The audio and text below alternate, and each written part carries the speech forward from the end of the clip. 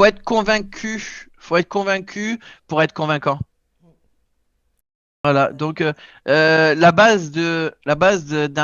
travail quand on le crée, c'est souvent qu'on est passionné d'un truc et on sent qu'on a la bonne idée et on ouvre son entreprise. Une fois qu'on a ouvert son entreprise, on commence à faire plus que de la gestion. Sauf que si on veut que l'entreprise dure, bah, va falloir que nous, on se renouvelle pour garder cette motivation et ce plaisir et cette envie qu'on avait eu à la base de la création de l'entreprise.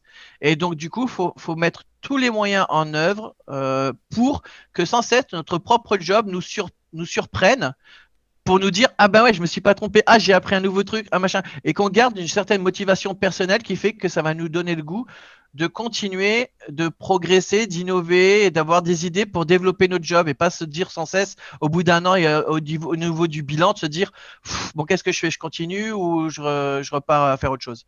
Voilà. Et du coup c'est de l'automotivation personnelle, c'est pas juste je me lève et je vais courir le matin parce que ça fait du bien à la tête.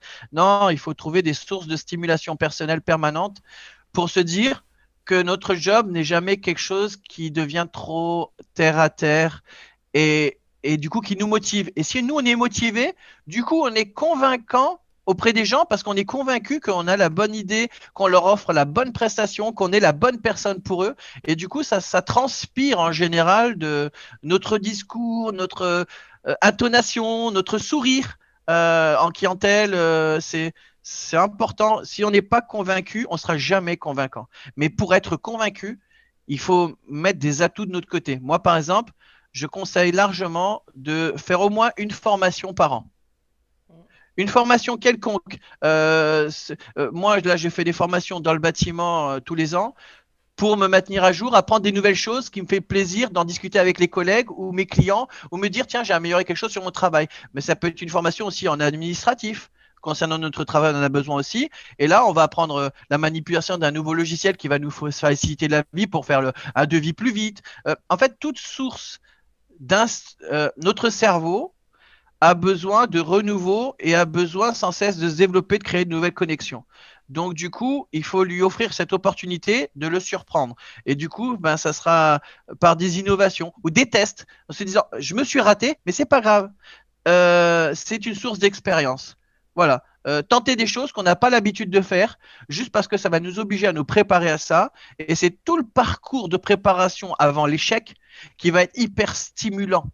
Donc même si à la fin, on n'obtient pas peut-être le résultat qu'on voulait, c'est pas grave, il y a eu tout un process avant d'arriver à cette étape finale qui dure 2 secondes de dire ah merde, ça n'a pas marché.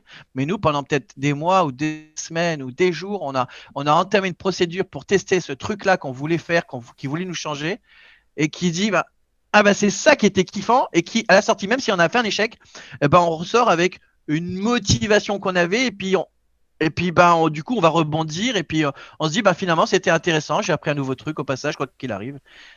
Faut chercher des stimulations permanentes personnelles. D'ailleurs, c'est plus facile de le faire quand on a une petite société parce que du coup, on cherche des stimulations personnelles que l'on concentre sur nous et notre propre évolution que quand on a une grosse société avec plein de salariés, où là, on est obligé de chercher des sources de stimulation pour nos salariés. Elles ne nous font pas forcément évoluer, nous. Elles nous satisfont parce qu'on se dit qu'on les voit grandir comme un parent avec ses enfants. Et que du coup, elles font grandir le bébé qui est notre société. Mais nous, à titre personnel, pour continuer de faire ce genre de choses, il faut qu'elles nous satisfassent au-delà de ça, personnellement, dans notre corps et notre esprit. Et c'est pas une satisfaction externe qui arrive à satisfaire ça. Parce que des fois, comme c'est souvent procédural, c'est peut-être quelqu'un qu'on a délégué à faire cette procédure pour les aider à le faire. Ou eux font partie de la procédure parce qu'ils sont impliqués dans la hiérarchie, dans le fait qu'ils vont monter leur dossier, leur ci, leur là, et c'est eux qui vont passer leur propre formation. Nous, pendant ce temps-là, on n'est pas stimulé.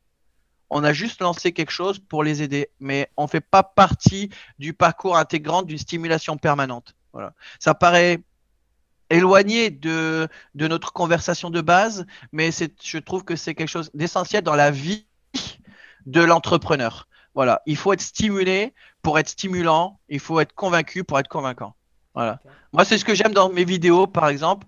Souvent, c'est ce que je veux transmettre. Je veux transmettre deux choses. Dans tous les contenus que je propose, je veux transmettre toujours un sourire et une information.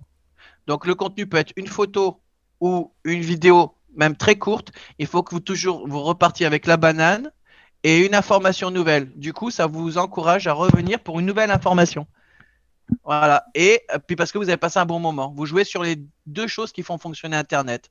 Passer un bon moment divertissant pour vous sortir de votre quotidien et apprendre un truc que vous aurez plaisir à partager avec vos amis, votre famille, votre collègue de travail.